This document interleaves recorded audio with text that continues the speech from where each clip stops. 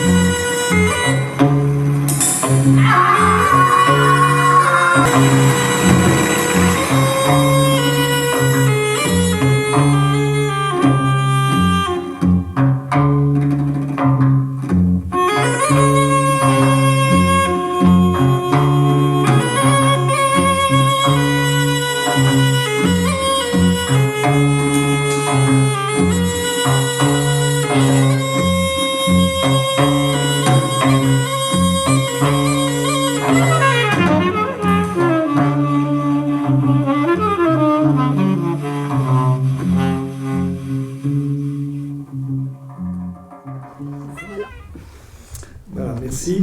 Alors, ce film qui est en préparation, on peut dire que c'est bon pour le son, vous entendez, oui.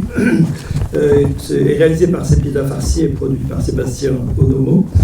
Sepideh Farsi est d'abord réalisatrice. Je crois que c'est une particularité, parce que tu n'es pas, on va dire qu'on allait se tutoyer, tu n'es pas ni dessinatrice, ni graphiste, mais réalisatrice. Tu as réalisé des documentaires, des films de fiction. J'avoue que je ne les avais pas vus, mais j'ai très envie de les voir maintenant.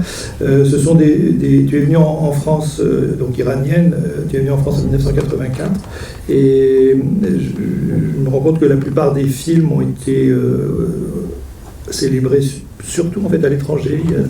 Ouais. il y a un film qui est prix Fipressi à Moscou, La Maison sous l'eau. Un autre film, j'ai vu présenté à Locarno, Téhéran sans autorisation, qui est un documentaire. Enfin, il y en a un certain nombre comme ça. Et puis un film qui est sorti en France, c'est Red Rose, qui est un long métrage de fiction, qui sont sortis, enfin dont celui-ci est sorti. Et je crois qu'il y en a un autre qui a été tourné en Grèce, qui devrait sortir aussi. Assez prochainement. Assez prochainement. Selon l'ouverture. Donc documentaire et fiction, long métrage, court métrage, c'est un peu ce parcours. Et là, l'aventure du cinéma d'animation. Tu nous diras un petit peu pourquoi et comment. Et Sébastien Onomo, quand on s'est vu l'autre jour, tu me disais producteur, voilà, ça suffit pour le dire, donc j'étais obligé de chercher sur Internet. Heureusement, c'est facile, on trouve plein de choses sur Internet. Donc, j'ai lu, c'est écrit tout petit là, Sébastien Onomo, producteur de cinéma français. Après un diplôme de licence en lettres modernes obtenu à la Sorbonne Nouvelle, il intègre l'Institut national de l'audiovisuel où il obtient une maîtrise en production audiovisuelle et numérique en 2010.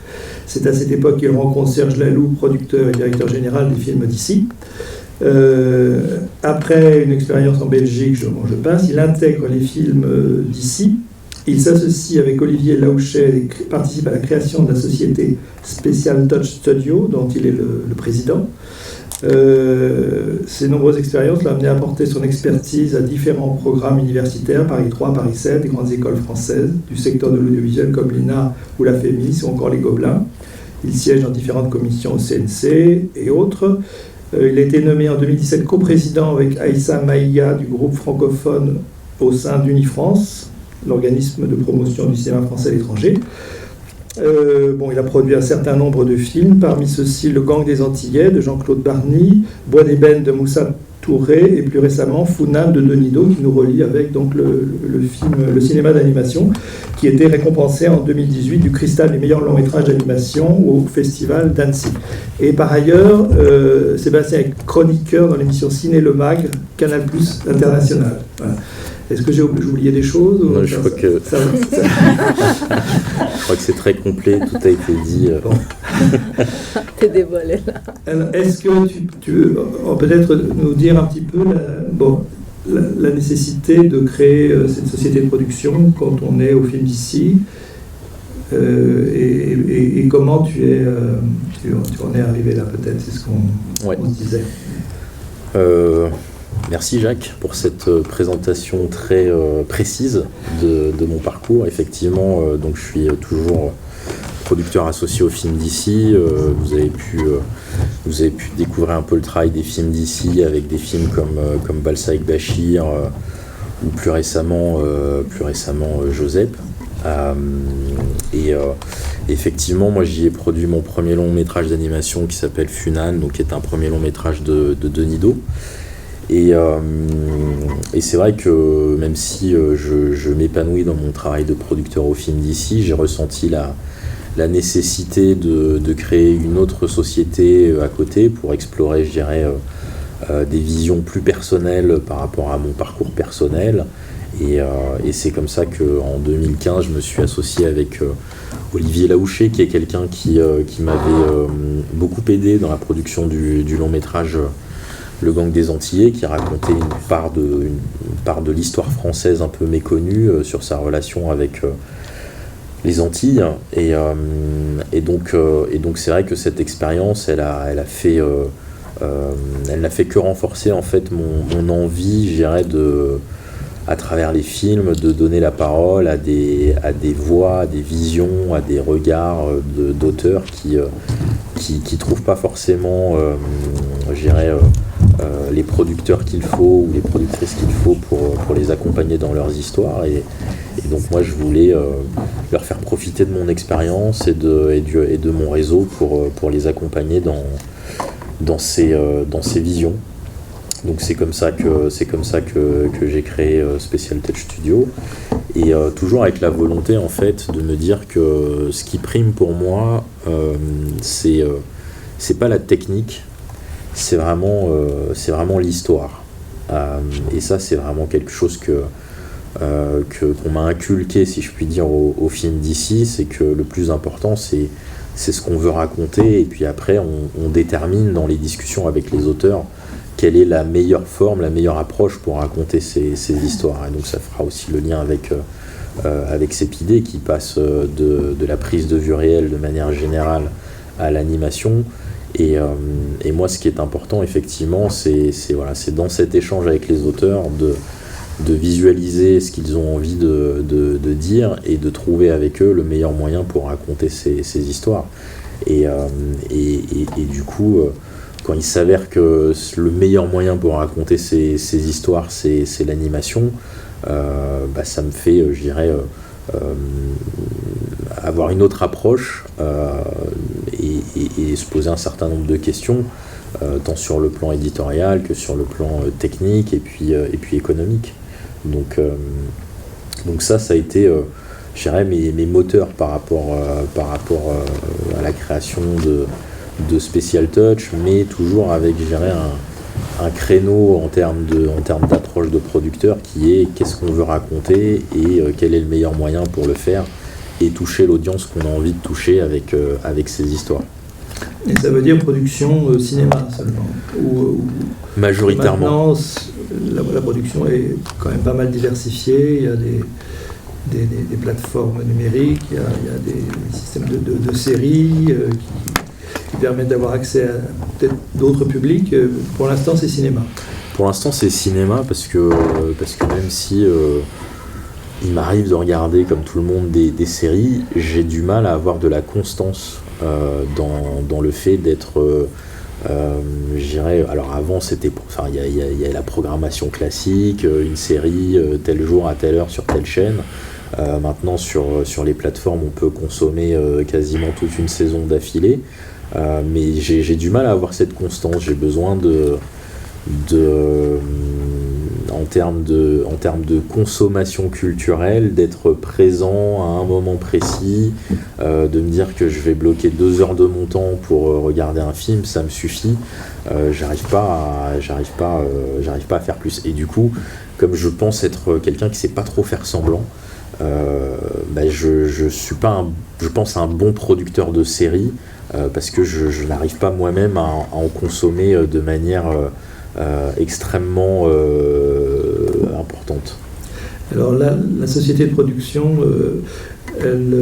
comment ça se passe actuellement? Est-ce que tu as beaucoup de projets qui viennent à toi, ou est-ce qu'au contraire, tu vas essayer de stimuler certains réalisateurs, essayer d'être à la recherche de quelques artistes que tu as envie de produire? Ça se passe comment actuellement? Alors moi, j'estime que j'ai beaucoup de chance au jour d'aujourd'hui. C'est que mon travail au film d'ici et puis la production de Funan m'ont permis, en ce qui concerne l'animation, de recevoir beaucoup de propositions d'auteurs qui, en ayant découvert ce travail, se sont dit qu'ils avaient envie de me rencontrer, de me proposer des projets pour que je les accompagne à leur tour sur une aventure de film. Donc ça, je dirais, c'est le cas de figure principal que j'ai aujourd'hui. C'est en fait qu'on me sollicite avec des projets, des productions, et que je suis dans une posture finalement qui est la plus confortable, qui est celle de pouvoir choisir.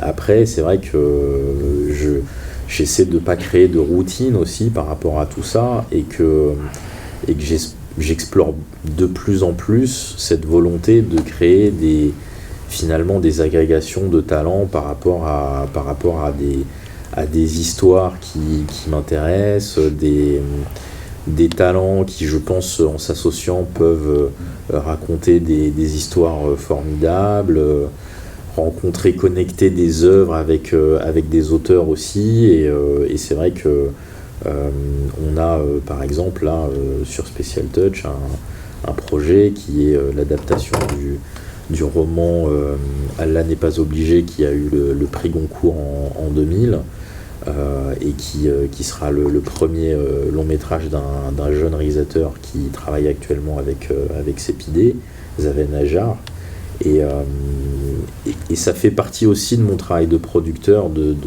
me dire que de temps en temps, quand moi je suis tombé amoureux de ce roman quand j'étais à la fac, que je me suis dit un jour j'en ferai quelque chose mais sans savoir quoi, de voir que 10 ans plus tard, en rencontrant Zaven, je me suis dit tiens, si je lui faisais lire ce roman et qu'on s'apprête à en faire un film, voilà, ça fait aussi partie de ces histoires-là, de ces aventures-là. Et aujourd'hui, on va dire que je commence à m'autoriser un petit peu ça, mais que ma priorité, ça reste de vouloir vraiment accompagner des visions d'auteurs finalement qui me sollicitent en me disant que je suis peut-être la bonne personne pour les accompagner. Donc ça a été le cas avec Sépidé, là, si j'ai bien compris. Ça a été le cas avec Sépidé, en tout cas de mon point de vue. Elle répondra pour elle, mais de mon point de vue, oui, ça a été le cas, parce que quand elle est venue nous voir au Film d'ici avec cette histoire, et puis qu'on a commencé à en parler, j'avais pas encore produit Funan. On était dans une phase de financement du film, et donc on s'est finalement pas tant entendu sur ma capacité à produire un film d'animation, parce que elle en était pas non plus totalement sûre à ce moment-là, mais je pense qu'on s'est retrouvé sur la volonté de produire un film pour lequel l'animation était la technique qu'elle choisissait, parce qu'elle pensait que c'était, à juste titre, je pense aussi, le meilleur moyen de raconter cette histoire-là, par rapport à son parcours à elle aussi. Et effectivement, derrière, on a construit le chemin qui fait qu'aujourd'hui, le film est en production, qu'on en a encore pour une bonne année de travail, mais qu'on est plus proche de la fin que du début. On peut le dire. Alors, on va peut-être parler de ce projet plus directement, donc la Sirène. Donc ici, on est sur des rencontres autour du documentaire animé. Déjà, clairement, ce n'est pas un documentaire, hein, c'est une fiction, mais on pourrait dire une fiction documentée, puisque c'est un film, vous avez vu les cartons, dont l'histoire se déroule pendant la guerre Iran-Irak, au début des années 80, c'est ça ? 1980. Hein, est-ce que, peut-être c'est l'idée de rappeler en 2 mots la situation à ce moment-là, le contexte, un petit peu la guerre Iran-Irak, parce que c'est une guerre qui a duré longtemps, très longtemps, mais là c'est au début. Tout à fait. C'est une guerre que j'ai vécue pas de près, puisque je n'étais pas au sud de l'Iran. J'étais à l'époque à Mashhad, qui est l'Iran étant un grand pays quand même à 1000 km de Téhéran, à plus de 1000 km ou 1005 du sud, des 2 fronts en fait, ouest et sud. Donc je ne l'ai pas vécu, et pourtant je l'ai vécu adolescente. On a tous été impactés par les restrictions, par les cousins qui partaient au front, par toutes les mesures restrictives, par l'arrivée des réfugiés de guerre qui venaient dans des zones plus en sécurité, dont ma ville à l'époque. Et c'est une guerre, oui, c'était une boucherie, ça a duré 8 ans, ça a fait énormément de dégâts. Et donc, pendant longtemps, j'avais envie, en fait, de parler de cette histoire. Il y avait d'ailleurs des textes, des romans qui m'avaient inspirée. Et je me disais, pourtant, donc, pour vous dire, hein, ça date de 2008-2009 quand même, hein, le désir de faire un film sur cet épisode-là. Et j'étais persuadée dès le début qu'il fallait que ce soit en animation.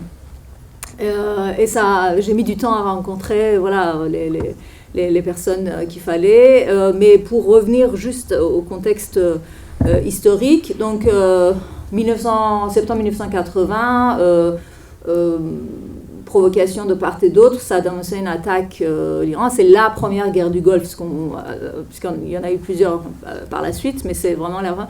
Et la plus... C'est peu de temps après la prise du pouvoir par Khomeini. Tout à fait, c'est un peu plus d'1 an, exact. Février 1979, il prend le pouvoir, et septembre 80, donc 1 an et demi après, début de la guerre. Et Abadan, qui est une ville donc, au sud de l'Iran, qui a cette forme-là un peu d'une guitare qui est dans une enclave, est un grand port pétrolier avec raffinerie et immense port, et est attaqué par l'Irak. Et une ville qui est plus petite, qui est à côté, qui s'appelle Khorramshahr, tombe assez vite entre les mains des Irakiens. Et eux, évidemment, le plan, c'est de prendre dès que possible, et ça aurait été vraiment la victoire, puisque stratégiquement, c'est quand même une ville très importante. Et pourtant, la ville qui est dans un siège quasi total, c'est-à-dire il y a juste un axe qui reste ouvert, tout le reste, la ville est encerclée, ou par l'eau, ou par les Irakiens. L'armée irakienne résiste, les civils restent, beaucoup d'eux restent, et les militaires, évidemment, défendent la ville. Et ça montre aussi le bordel ambiant de l'époque, puisqu'en fait, on avait l'armée iranienne du temps du Shah, on avait les Bassidji, les volontaires, les gardiens de la Révolution, tout était mélangé, les civils qui résistaient aussi. Donc, pour moi, c'est un épisode quand même majeur, et au bout de 8 mois, en fait, les Iraniens cassent le siège, et la guerre continue. Pour autant, on ne s'arrête pas, mais Abadan ne tombe pas. Donc, c'est dans ce contexte que se situe La Sirène, qui est un film de guerre sans en être un, en fait. Voilà. Des personnages donc, qui se situent dans la ville assiégée, hein, c'est ça l'histoire. Tout à fait. Alors oui, donc tu étais sûr de faire de l'animation assez tôt. Sébastien disait que tu n'étais pas encore tout à fait sûr quand il t'a vu. Cette certitude, pourquoi cette certitude? Parce que quand on a fait des documentaires, quand on a fait des fictions, pourquoi tout d'un coup on se dit ce projet-là, je ne peux pas le faire autrement qu'en cinéma d'animation?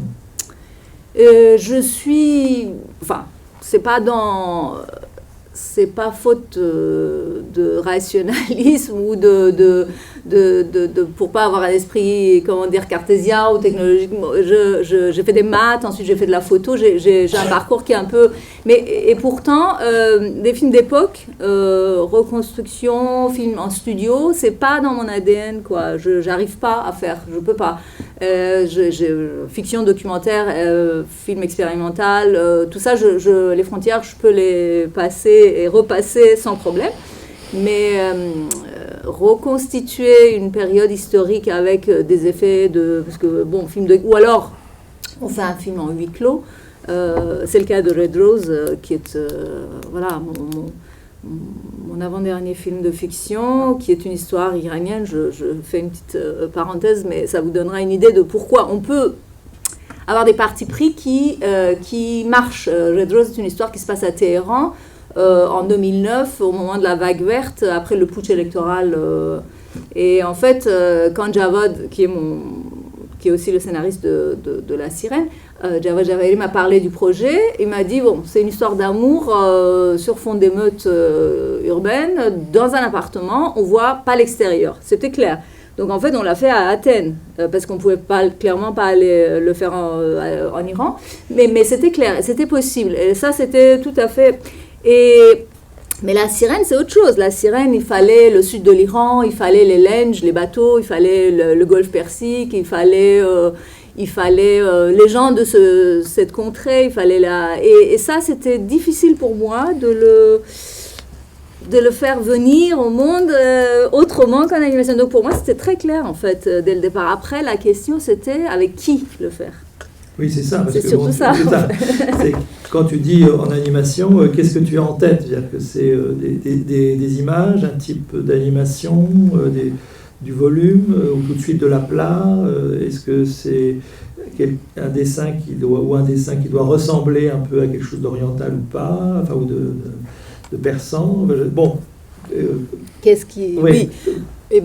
Oui, différentes choses. En fait, ce qui s'est passé, c'est que je voulais, ma volonté clairement était d'aller vers un style très iconique et très graphique. Donc je cherchais en fait Iconique, ça veut dire, qu'est-ce que tu entends iconique, c'est-à-dire relativement peu réaliste, on va dire. Iconique pour dire que quand vous êtes face à une image, ça vous reste, vous avez des images qui, iconiques. Par exemple, enfin bon, ça.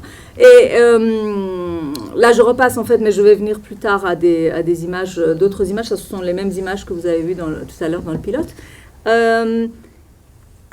Donc, une gamme chromatique limitée, des choses, en fait, un certain minimalisme, en fait, dans le style, pour que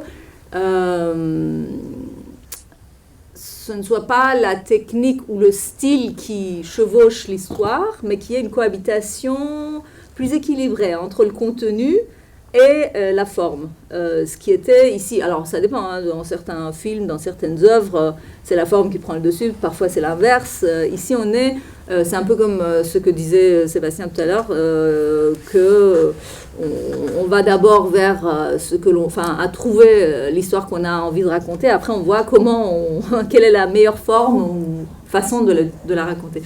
Et donc il y a eu effectivement le projet qui était né avec Javad, qui partage en fait, il est de la même génération en Iran, a vécu donc, il ne faut pas que je tourne la tête vers toi, parce qu'en fait, il faut que je regarde. Donc désolée. Mais, et en fait, on avait très envie de parler de cette période-là, qui était notre adolescence, et à la fois, la guerre d'Iran a permis, politiquement, malheureusement, mais comme beaucoup de conflits,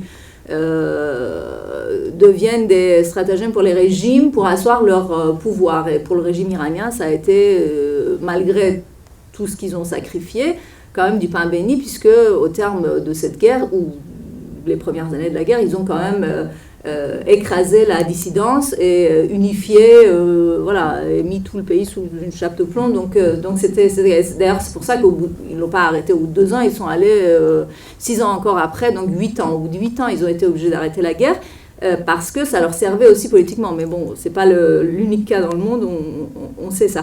Donc c'était un peu notre...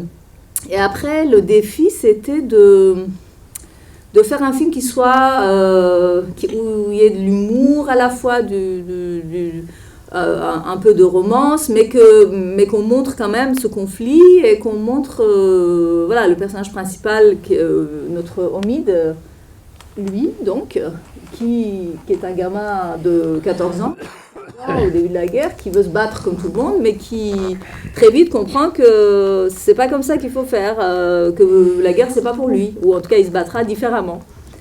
Voilà. Alors ça c'est les premières envies, les premières idées. Est-ce que Sébastien il intervient à quel moment dans ce projet et comment il intervient? Donc en fait, la première rencontre, c'est... Javad, il est mon complice dans la vie, donc on fait beaucoup de bonnes et de mauvaises choses ensemble pour le scénario, donc c'était déjà acté. Et je rencontre Zaven, après Red Rose. Lui, à l'époque, avait fait un court-métrage qui s'appelle Un obus partout, et le style me parle tout de suite. J'y vois justement ce moi qui fait le plus, ce minimalisme. C'est lui, Zaven Najjar. Qui fait le graphisme de court-circuit aussi? Non, c'est pas ça. Peut-être qu'il l'a fait parfois. Ouais, c'est parfois, possible. c'est ça, Je pense qu'il a fait certains. Oui, tout à fait. Le magazine d'Arte. Ouais. Et donc, je lui expose l'histoire, il accroche tout de suite, et je lui demande de me faire quelques dessins. Et avec ces dessins et le synopsis, on va voir les films d'ici, on rencontre Sébastien, en lui montrant ça. Je lui dis voilà l'histoire, voilà à peu près le style visuel, et je voudrais faire un film d'animation, j'en ai jamais fait, mais c'est comme ça. Sébastien qui va d'accord. C'est ça, c'est pas Ouais, ça. C'est aussi simple que ça. C'est formidable. La production dit c'est compliqué de faire des films. En fait, non. Il suffit d'aller voir. Sébastien, après, il faut dire que c'était en 2015 et qu'on est en 2021 et qu'il y a encore pour un an. Donc, quand tu vois ce projet, comment est-ce que tu réagis, comment tu interviens? Est-ce que les problèmes que tu vois, que tu anticipes, il y a aussi le fait de Funan, qui était en cours de production, peut-être qu'il y a l'expérience de Funan qui joue aussi, c'était le premier film d'animation. Comment est-ce que tu accueilles ce projet, cette idée? Vraiment, comme elle l'a dit, c'est-à-dire qu'ils viennent nous voir avec ce projet, je lis les premiers éléments, je vois les visuels, et je me dis waouh, super. Et puis on discute, et puis on se dit qu'on va faire le film ensemble. Et puis je dirais que à ce moment-là, l'expérience de Funan, elle est utile pour un premier point, en tout cas important. C'était de dire à Cepide, par contre attention, je viens d'avoir l'expérience sur Funan, on n'aura pas beaucoup d'argent. Voilà. Donc ça a été très vite le point sur lequel j'ai insisté et sur lequel Cepide du coup a été conditionné entre guillemets pendant toute l'étape de développement à se dire bon, on n'aura pas beaucoup d'argent.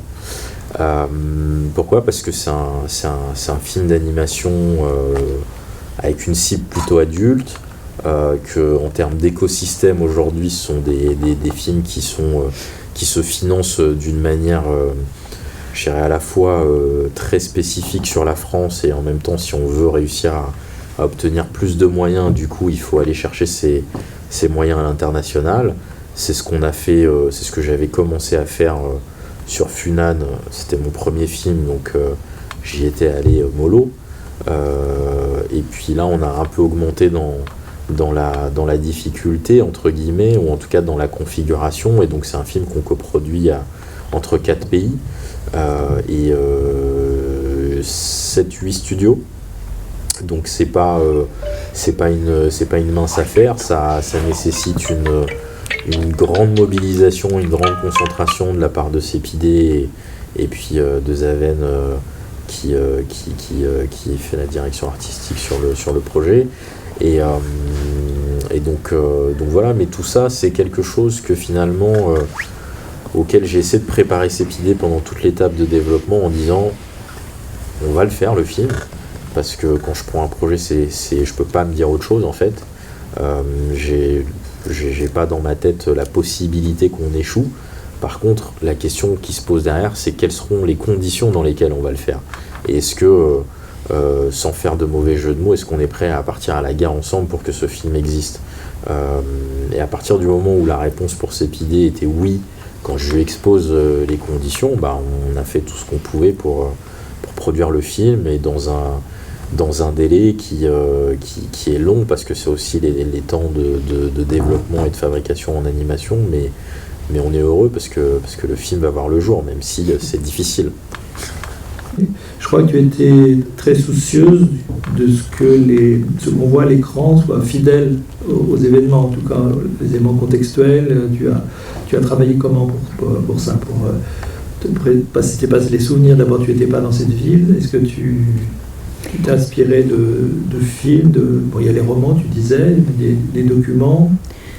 Oui, ce conflit a été très documenté. Alors, la plupart des documents existants étaient des documents de propagande, mais il y avait quand même aussi des sources indépendantes.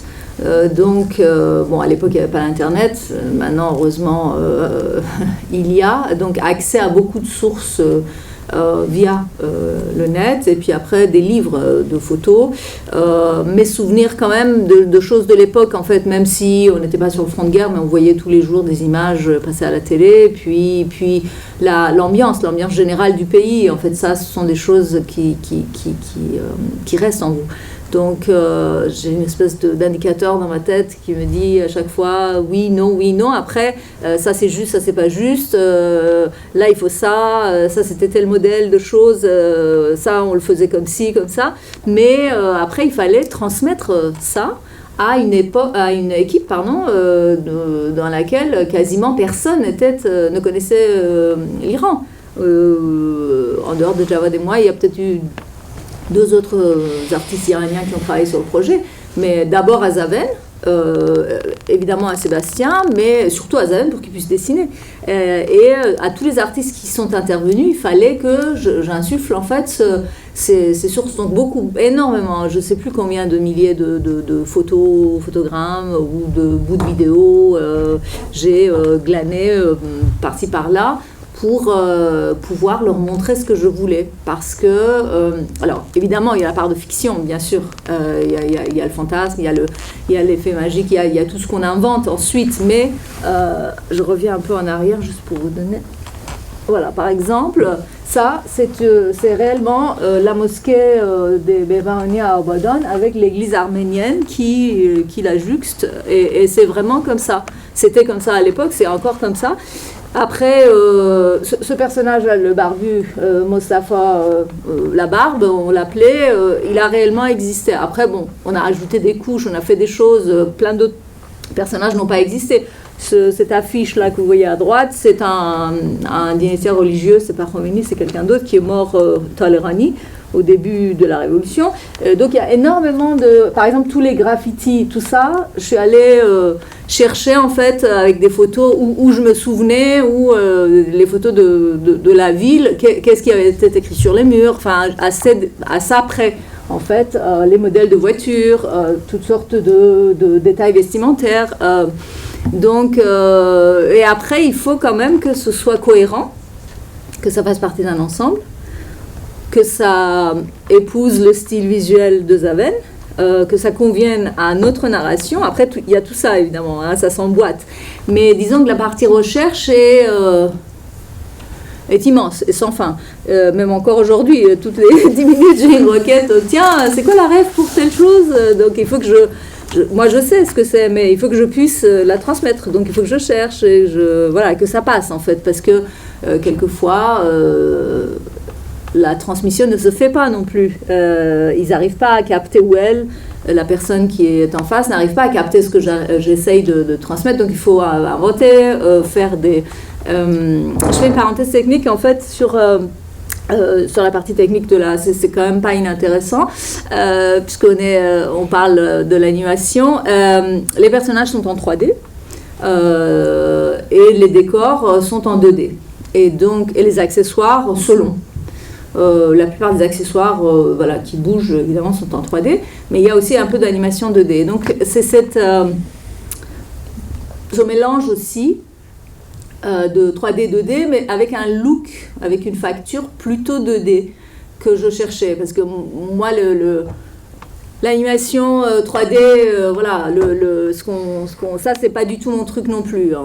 Autant les films d'époque à réaliser par moi, en tout cas, hein, n'est pas mon truc, autant les films de reste, ça ne l'est pas non plus. Donc, il y avait disons, il y a une espèce de corde raide pour que ce soit juste, que ce soit, disons, ciblé. Et ça, on a mis du temps quand même à ajuster, à trouver le... Alors, juste quand même pour préciser, quand on dit, quand Sébastien parle de 4 studios, ça veut dire des studios de fabrication qui sont répartis dans 4 pays et 8 studios. 8 studios. Donc, comment tu peux dire un peu comment tu coordonnes, à t'en donner une petite idée, mais peut-être c'est quelque chose un peu complexe. Oui. Le film fait, je sais pas, il fait 100 minutes, déjà c'est énorme pour un film d'animation, c'est beaucoup plus long que la moyenne, il fait 1879 plans, c'est beaucoup trop découpé, tout ça c'est beaucoup trop, on est toujours dans beaucoup trop, mais bon, on a déjà réussi à préserver. Et puis, il m'a suivi, hein, c'est pas pour dire que... Mais c'est quand même compliqué, parce que tout le monde dit, mais c'est beaucoup, c'est trop, c'est les plans, mais comment... Donc ça veut dire, en fait... Un plan, ça veut dire un décor par plan dessiné. Donc chaque plan nouveau, même si c'est le même décor, c'est un autre angle. Donc il faut dessiner, selon. Enfin, ce sont des évidences, mais tant qu'on n'a pas été confronté concrètement à ce que ça veut dire de faire plan par plan les 1801. Donc, et on me dit, tu veux couper? Non, je veux pas couper. Bon alors il faut dessiner. Donc et 136 personnages principaux et après plusieurs centaines de personnages secondaires, 2D, 3D mélangés. Comment est-ce qu'on fait chaque voiture? Est-ce que c'est de la 2D? Est-ce que c'est de la 3D? Et ça, partagé sur 4 pays et 8 studios, comme Seb le disait. Donc, actuellement, il y a 2 studios en Allemagne. Et j'avais très peur. Et c'est compliqué de se dire... 3 en Allemagne. Même 3 en Allemagne, ouais. c'est vrai. J'en oublie. Comment dire... de partager comme ça, parce qu'en fait, ça veut dire qu'une partie du travail, c'est vraiment la même, enfin, pour arriver à un plan fini qui est animé, le décor a été pour vous donner un exemple, Zaven a fait par exemple la référence d'un certain décor, et puis un personnage qui est dedans. Ensuite, ça part, un turn, disons, les vues complètes, la planche, voilà, a été, excusez-moi, les anglicismes, je suis désolée, parfois ça m'échappe, a été faite en France parfois en Belgique, et ensuite ça part en Allemagne. On fait le premier assemblage, ce qui s'appelle le layout en animation, et ensuite ça part dans un autre studio ou alors ça part au Luxembourg pour qu'on fasse le début de l'animation, et ensuite ça revient en France pour qu'on fasse le compositing, c'est-à-dire les effets spéciaux qui sont rajoutés. Et probablement, après, on va repartir au Luxembourg pour faire la post-production. Donc, ça vous donne une idée du tuyautage de la pipe qui est assez compliqué. Quoi. D'accord, et ce sont des parcours pour chaque séquence. En fait, c'est un peu le même parcours. C'est pas un film où on dit il y a le début et à tel endroit. Non, c'est ça, d'accord. Oui, donc ça serait trop facile. Ça serait trop facile. Oui, puis ça change. Le partage de travail se fait, puis les calendriers bougent. Enfin, ça... Il y a beaucoup d'imprévus aussi. Oui, c'est ça, puis ça suppose la maîtrise du temps. Enfin, je veux dire, c'est comme un peu le travail à la chaîne. Enfin, exactement. Il faut que l'un est terminé pour enchaîner sur l'autre et donc ne pas perdre de temps. Enfin... S'il y en a un qui n'est pas prêt, voilà, il faut alimenter l'autre partie pour pas parce que ce sont quand même des studios qui embauchent des gens et qui se lancent. Enfin, c'est des machineries assez lourdes quand même. Donc après, on ne peut pas se dire, pendant cette semaine-là, vous n'avez pas de travail, c'est pas grave. Donc il faut que l'alimentation soit régulière et à la fois que artistiquement, ce soit cohérent aussi. Oui, c'est ce que j'allais dire. Oui. C'est une surveillance, ou je ne sais pas comment, parce que j'imagine en plus que quand vous avancez dans un film comme ça, il y a des moments où vous dites, ah oui, peut-être que là, on n'a pas fait la bonne... C'est pas ça qu'on aurait dû faire, il faut corriger à cet endroit-là, et donc ça doit avoir des implications sur la suite, non? Parce que la maîtrise du dessin, de l'animation...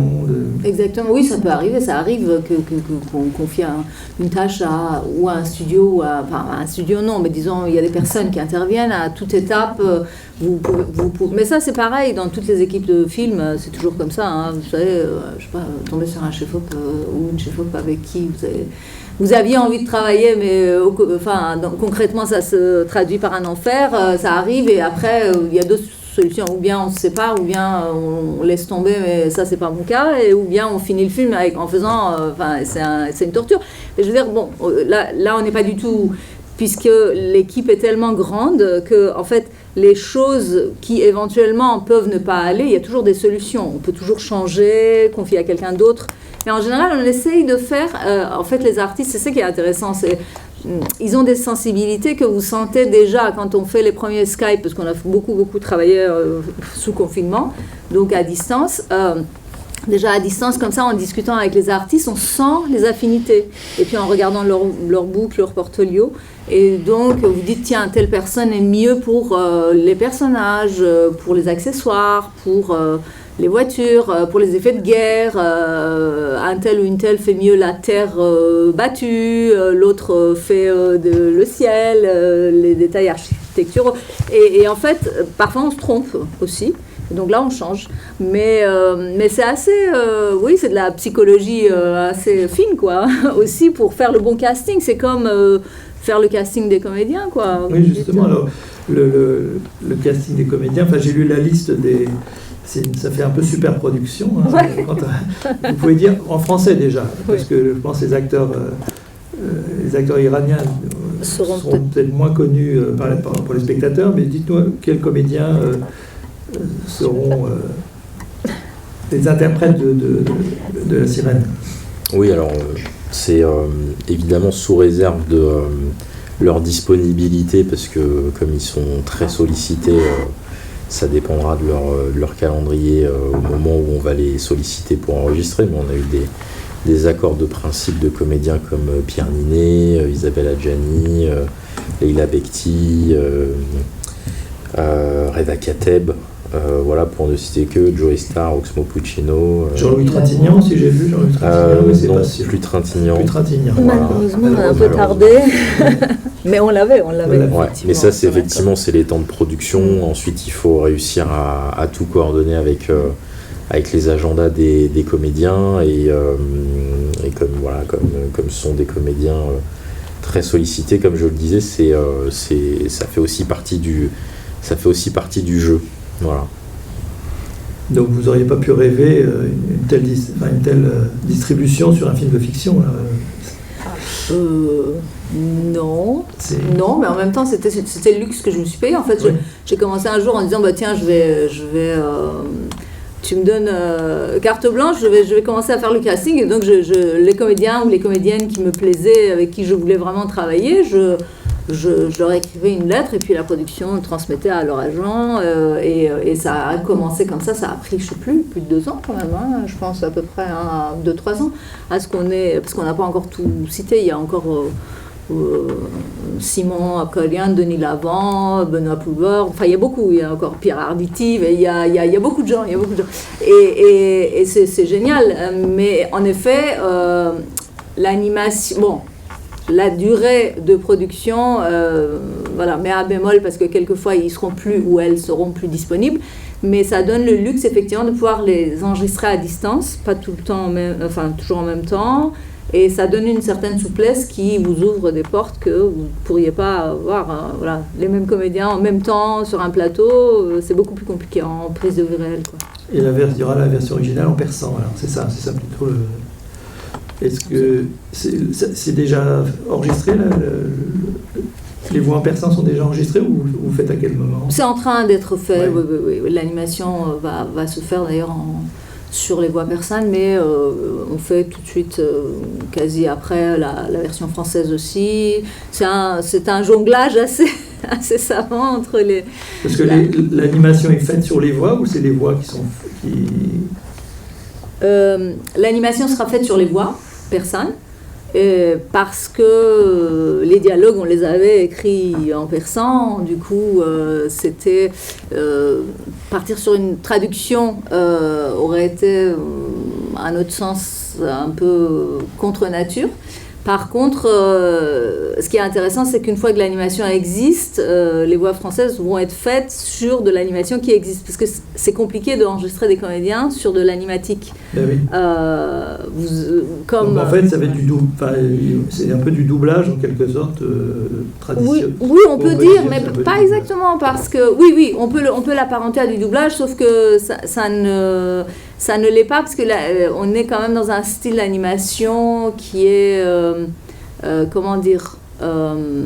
assez particulier. Ce minimalisme permet, je pense, laisse plus de place aux comédiens d'insuffler son énergie, et le lip-sync n'est pas aussi précis que ça pourrait être dans certains films où on attache énormément d'importance au lip-sync. Donc du coup, il y aurait de la place pour l'interprétation, même pour les versions qui viendront après l'animation.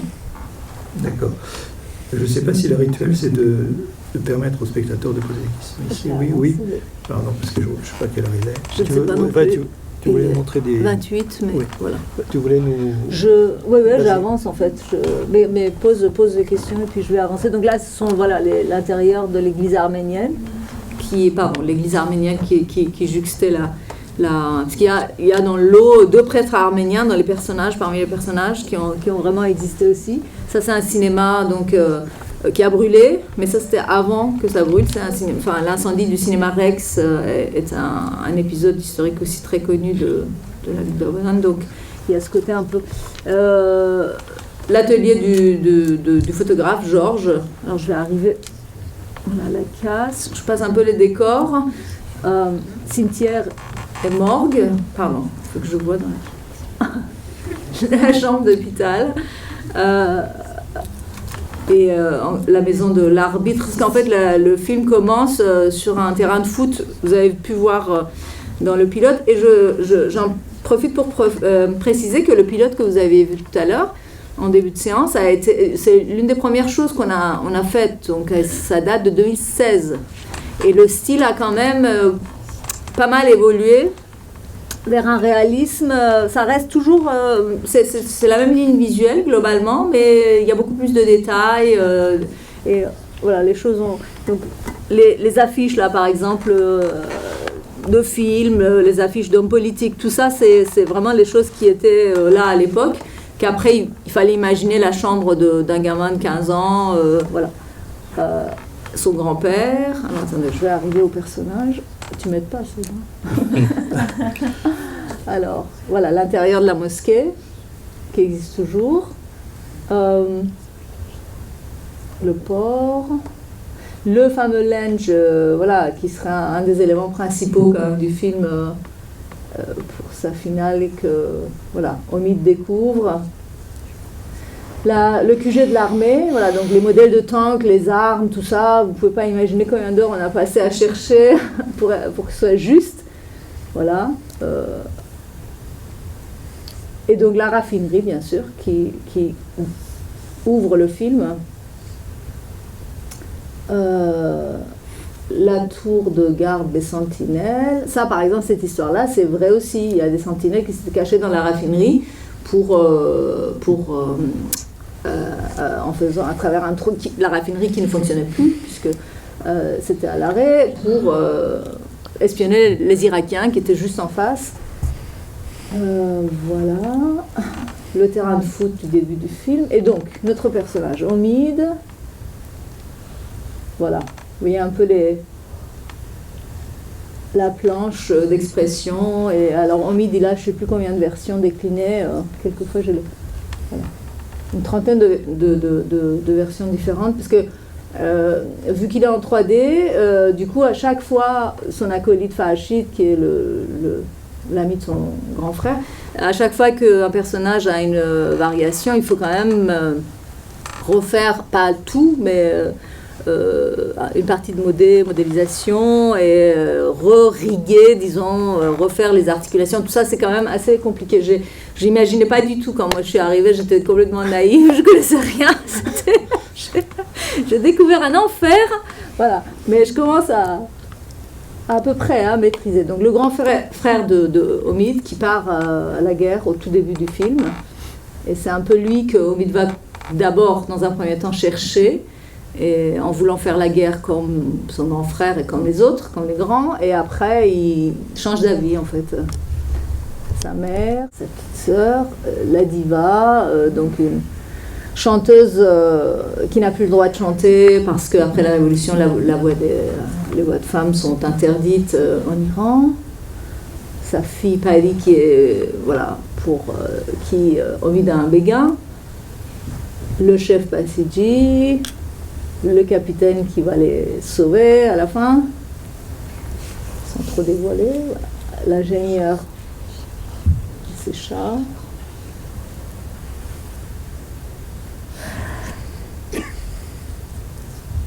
Donc en fait, ce qu'il y a, voilà, le prêtre, un des deux, ce qu'il y a, c'est que les personnages sont à la fois sophistiqués, mais relativement simples en fait. Dans leur ligne, il y a toujours un accessoire ou quelque chose, une particularité qui les détache, voilà. Mais on a essayé avec, voilà, le photographe Georges, qui a existé aussi. C'est un personnage qui a réellement existé, qui était grec, d'origine grecque, effectivement. C'est aussi un personnage féminin qui a existé, mais qu'on a un peu modifié. On a essayé avec Zaven de rester très ciblé, justement, de ne pas démultiplier, de ne pas charger les personnages, de garder des traits particuliers pour chaque personnage, pour voilà, le cuistot. Ce général est inspiré aussi d'un général qui a réellement existé, un général de l'armée iranienne.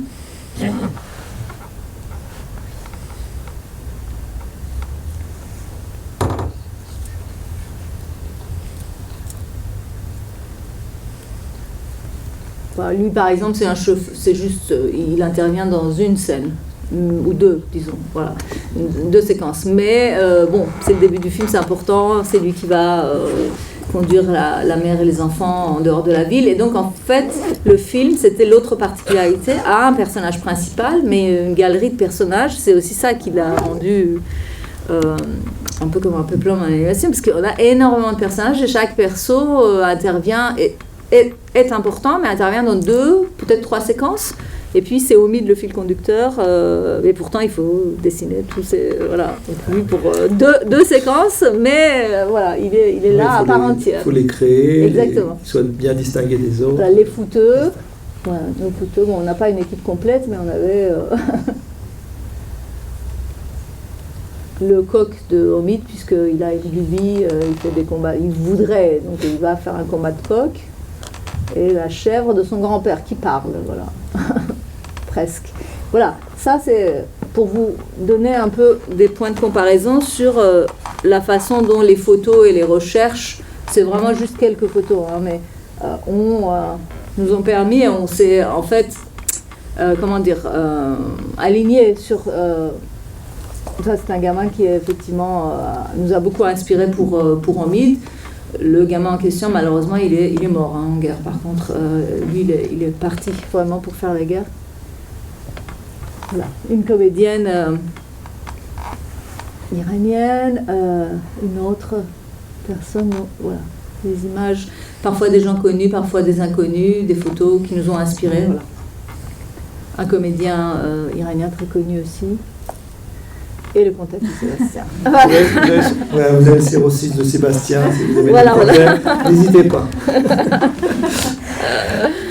Bien, merci beaucoup. Est-ce que c'est le moment de proposer à la salle d'intervenir, de poser des questions? Oui. La façon dont vous avez présenté le film donne vraiment envie de le voir.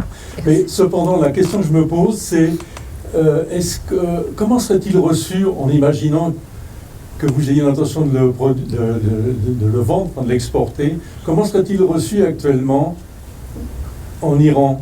Je veux dire, est-ce qu'il y a une volonté chez vous d'être politiquement correct, ou bien est-ce que vous éludez dans votre film volontairement des questions brûlantes en Iran? J'en prends une au hasard, la condition de la femme.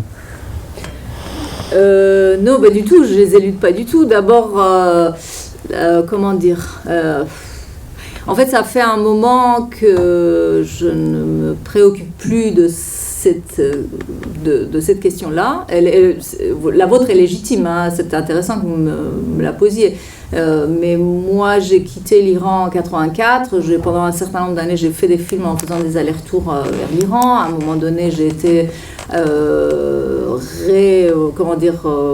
arrêtée, puis interrogée de nouveau. Puis le tournant, je pense, dans mon cas personnel, majeur, a été Téhéran sans autorisation, un autre film que j'avais fait avant, mais qui était pas frontal, mais je l'avais fait sans demander l'autorisation, parce qu'en fait, ce qu'il y a, c'est que pour pouvoir tourner ou faire des films en Iran, il vous faut l'autorisation du ministère de la guidance islamique. Voilà.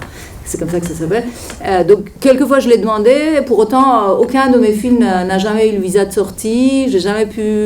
Ils ont tous été interdits. Tout ce que j'avais essayé de faire... Puis arrivé à un moment où je me disais, mais enfin surtout, je vais faire ce que je veux faire. Mais c'est pas évident. Donc parce qu'on peut vous arrêter, on peut vous mettre en prison. Là où j'étais déjà passée par ça par ailleurs pour d'autres raisons, pour des raisons politiques. Mais Téhéran sans autorisation, donc je l'ai tourné avec un téléphone portable. Sans demander l'autorisation à quiconque. Et donc, quand je retourne en début 2009, juste avant les élections, j'étais en train de finir un autre film qui s'appelle La Maison sous l'eau, que tu as évoqué, et qui était à Moscou, effectivement, après. Et ils m'arrêtent à l'aéroport, ils m'interrogent. Ils disent, mais vous êtes en train de faire quoi? On a appris que vous étiez en train de faire un documentaire sur Téhéran. Il y a quoi dedans? Pour parler, etc., interrogatoire, et je quitte le pays. Après, il y a donc la vague verte, et je prends position, je m'engage, donc ça c'est politique, c'est pas... Mais le film déjà aussi, Téhéran sans autorisation, qui aura sa première à Locarno, et donc du coup, je savais que je ne pouvais plus rentrer en Iran, ou alors j'y allais et je ne sortais plus, disons. Et après, il y a Red Rose, et Red Rose franchit clairement, si vous voyez le film, les tabous, que ce soit politique, le sexe, enfin tout, le tabou de langage, tout est... Donc j'en suis plus là, en fait. Après, les films circulent sous le manteau en Iran, donc celui-là, quand il sera fini, quelqu'un va le pirater, va l'emmener en Iran, j'imagine, et puis les gens le verront. Mais moi, je ne suis pas du tout dans une démarche de pouvoir, malheureusement aujourd'hui, même si je le veux bien, je voudrais beaucoup que mes compatriotes voient officiellement mon film dans une salle de cinéma, mais vu le passé que j'ai, ça ne sera pas possible. Et dans le film, en fait, on ne s'est jamais posé la question. En fait, on a dit ce qu'on voulait, sans se préoccuper de ça. Après, j'espère qu'il irait, oui, il va circuler sans doute, mais ce ne sera pas de notre fait, disons, ça va se faire différemment. En général, c'est comme ça que ça se passe. En termes d'échéance, là, c'est une sortie... en quelle année, monsieur le producteur? Ah oui, ça c'est que...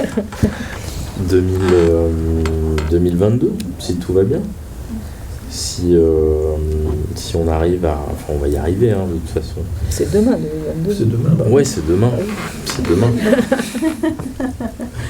Demain est un autre jour. Voilà. Non, mais il y aura une petite refermeture, j'espère pas, mais surtout une grande réouverture des salles, et puis après, on sera là, quoi. On vit, ok. N'ayez pas peur. Hein. Peur de quoi? Posez des questions. Ah oui.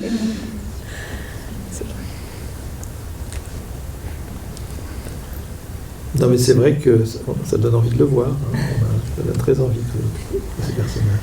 Bah, écoutez, je ne sais pas si vous êtes... Oui, madame. Ce travail entre 4 studios, du coup, 4 pays, 8 studios de 4 pays, ça vous a montré des pratiques différentes, des façons de travailler un peu différentes à travers les pays, ou des artistes et des sensibilités un peu marquées? Est-ce que vous avez découvert quelque chose au niveau culturel international?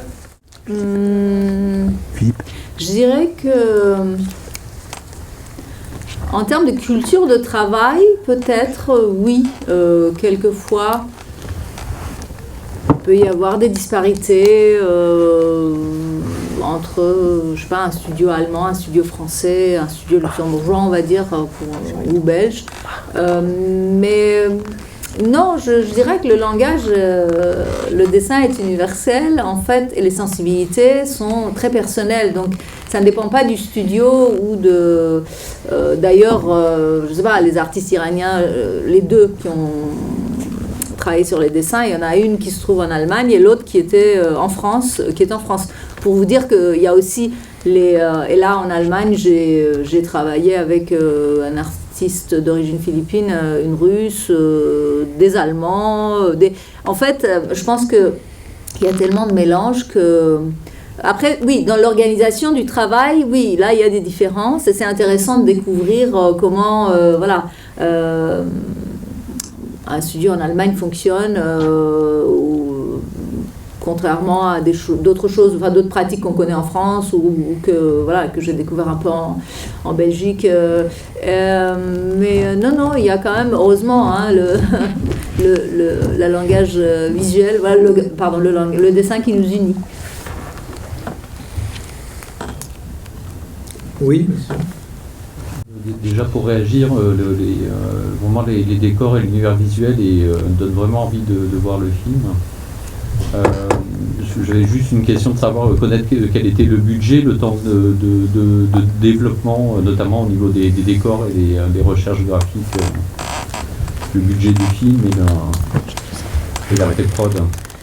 Alors, du coup, ça me permet de compléter la réponse de Cépidé en disant qu'en tout cas, d'un point de vue production, il y a des différences, ça c'est sûr, entre les pays et que c'est pas toujours évident, mais on finit par y arriver, même si c'est épuisant. Justement, ces pays, ce sont tous des pays européens seulement, ouais. C'est ça. Ouais. Donc on est en coproduction avec l'Allemagne, la Belgique et le Luxembourg. Et donc ce sont plus la France, donc ça fait 4 pays qui sont globalement complémentaires et en même temps qui ont des règles plus ou moins strictes à respecter. Et c'est ce qui fait qu'on a divisé la production dans 4 studios et que la post-production est prévue au Luxembourg. Côté budget, du coup, il s'est avéré que mes prévisions était à la fois juste et à la fois erronée, c'est-à-dire que j'ai prévenu Sepideh qu'on aurait moins d'argent que sur Funan, on en a plus, mais en même temps c'est plus compliqué parce que la production est beaucoup plus éclatée en termes de nombre de pays et de studios, donc on est sur un budget à 6 millions d'euros. Ce Alors qui qu'on était parti de 2,5 millions, hein. Ouais, on est parti de loin. Je l'ai bien conditionné. Comme quoi, je n'arrête pas, moi. J'avais bien conditionné, j'avais dit qu'on aurait 2,5 millions, on en a 6. Au plus. Donc effectivement, ça peut paraître énorme, enfin très élevé pour un film, oui, pour un film d'animation un peu moins, on est dans un budget moyen, voilà, pour ce qui est de l'animation. C'est vrai qu'il y a la durée aussi qu'il faut que... on aimerait bien avoir un peu plus de sous pour être plus confortable dans l'année qui nous reste à cravacher. Mais après voilà, on s'est toujours adapté avec Sepideh et les équipes, et on va continuer de le faire, même si c'est pas toujours simple tous les jours, parce que il y a beaucoup de personnages, beaucoup de décors, que j'ai essayé d'être le moins castrateur possible sur la durée du film, sur enfin voilà, un certain nombre de choses pour vraiment essayer d'accompagner Sepideh au mieux dans la vision de ce qu'elle voulait traiter comme thématique avec ce film. Et ensuite, en termes de temps de développement, je crois qu'on a commencé en 2016-2017. Le film sera prêt en 2022 si tout va bien. En fait, on a commencé en 2015, mais de façon... Oui, bon, c'était... officieuse, on va dire. Officieuse, mais on va dire on est vraiment rentré dans le vif du sujet à partir de 2016-2017. Et donc ce qui veut dire que entre le moment où on s'est vraiment mis dedans et le moment où le film devrait être en capacité de sortir, il se sera écoulé à peu près 5 à 6 ans, quoi. Mais ça a commencé bien avant, parce que évidemment les auteurs ils y pensent bien avant à ces films-là. Mais en tout cas, à partir du moment où le film est entré au film d'ici pour être développé, vraiment ça aura pris entre 5 et 6 ans, quoi. Et quel a été le moment de bascule où vous avez senti que le film pouvait se faire? Est-ce que ça a été le cartoon movie ou d'autres rencontres professionnelles qui font qu'il y a eu beaucoup de partenaires qui vous ont accompagné dans la production du film? Le cartoon movie, ça a été un bon indicateur. Mais honnêtement, je crois que c'est, en tout cas de mon point de vue production, la bascule, elle s'est faite à partir du moment où on a décidé de coproduire avec l'Allemagne, en se disant on va voir ce que ça donne, parce qu'en fait c'est très rare sur les films d'animation cinéma de coproduire avec l'Allemagne, parce qu'on n'a pas du tout les mêmes goûts. Et notre coproductrice, en fait, elle avait un enthousiasme important pour le projet, et nous c'est quelque chose qui nous parle, donc on a décidé de partir avec l'Allemagne, et la bascule elle s'est faite en fait quand les Allemands sur leur territoire, ils étaient aussi partis sur des hypothèses très pessimistes en termes de financement, et qu'on voit que quasiment à chaque fois qu'on dépose le projet à un endroit, on obtient un soutien. Et là, on se dit, il se passe quelque chose. Et donc du coup, l'appétit vient en mangeant. Et on a engrangé comme ça les soutiens sur le projet, mais aussi les contraintes. Et donc, on assume ça, d'avoir ces contraintes pour essayer de permettre à Sepideh de faire le meilleur film possible. Je me souviens que la première fois que j'ai rencontré Denis Do, il m'a dit au cartoon, à notre première présentation, moi j'étais en concept et lui en développement. Il dit oh là là, prépare-toi, ça va être un chemin de croix, 7 ans tu vas mettre. Je dis jamais de la vie. Et en fait, ça va être vrai. À la fin, j'aurais mis 7 ans au bas mot. Il avait raison. Après, pour faire quoi? Mais lui, bon, c'est comme ça. De toute façon, chacun voit le. En fait, vous aviez posé aussi la question sur combien de temps de recherche graphique et les choses se chevauchent, hein, parce qu'en fait, Zaven a commencé à faire des dessins déjà avant qu'on aille rencontrer, voilà, Sébastien. Mais ça a évolué, comme je vous ai montré, vous avez vu, hein, je pense que vous avez senti l'évolution de style, même si c'est toujours la même ligne, mais ça se précise. Après, on a mis quand même presque 1 an à faire le board, hein, le storyboard, avec peut-être des petits moments d'arrêt, mais sur, je sais pas, 10 mois quand même.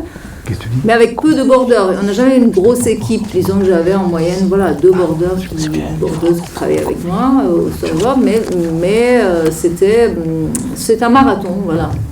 Mais la recherche graphique, en réalité, à partir de 2014, quand j'ai décidé que voilà, et avec Zaven, on était d'accord qu'on voulait faire le film, ça s'est jamais arrêté. Ça ne s'est jamais arrêté. En fait, on est en développement. Moi, je dirais, enfin, après, Sébastien a une vision de production. Évidemment, je ne veux pas contredire ce qu'il vient de dire. Mais je veux dire, d'un point de vue, auteur, ça c'est... Bon, le scénario, si, il y a eu un moment où on a dit, par exemple, bon, le financement, bon, c'est terminé, c'est acquis, bon, il nous en manque encore, donc on va chercher encore, mais disons plus ou moins, voilà, on est le financement complet. Le scénario, à un moment donné, on avait la version finale. La recherche visuelle, graphique et d'animation, de style, en fait, en réalité, ça s'est jamais arrêté, c'est toujours en cours. Aujourd'hui encore, on est en train de dire, oh, tiens, ça, on va le faire comment pour que ce soit plus beau et que ça coûte moins cher et que ça passe mieux, que ça se... donc, en fait, on est en recherche permanente jusqu'à la fin, ça sera le cas, je pense. Mais il y a eu des étapes, disons, plus bordées, on va dire, dans cette période de 7 ans.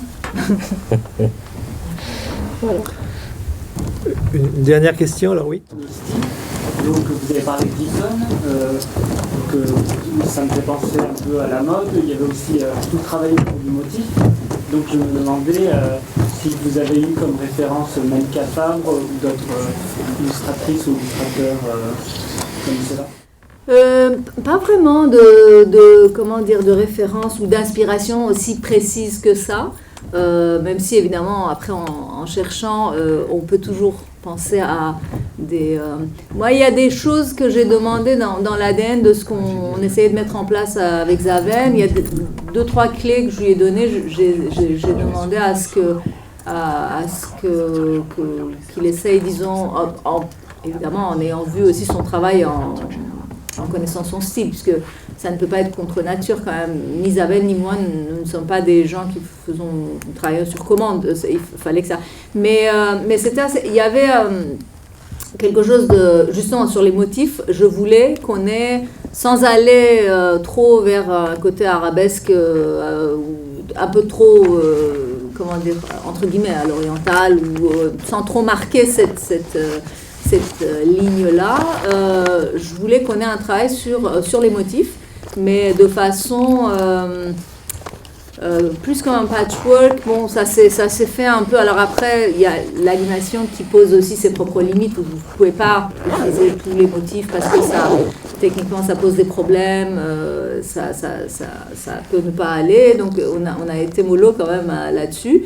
Et pourtant, je lui avais demandé, encore une fois, je le nourrissais de photos et de refs graphiques, enfin visuels que je donnais. Et ensuite, il y a aussi une décision qui a été dès le départ claire pour moi. Et Zaven, enfin, on était d'accord, on était sur la même longueur d'onde. C'était de réduire la gamme chromatique du film et de ne pas avoir toutes les couleurs. Alors, elle s'est un petit peu élargie au fur et à mesure qu'on a avancé. Donc, par exemple, les planches de l'église que vous avez vu passer, c'est l'une des plus colorées en fait du film. En général, on les aime beaucoup moins, mais quand vous comparez avec le pilote, on était encore beaucoup plus réduit dans la gamme. Donc il y a des choses comme ça qu'on avait définies dès le départ et auxquelles on s'est tenu. Après, chacun a ses inspirations et tout, donc on n'avait pas vraiment de... Voilà. Merci Sépidé, merci Sébastien, merci le public de votre attention.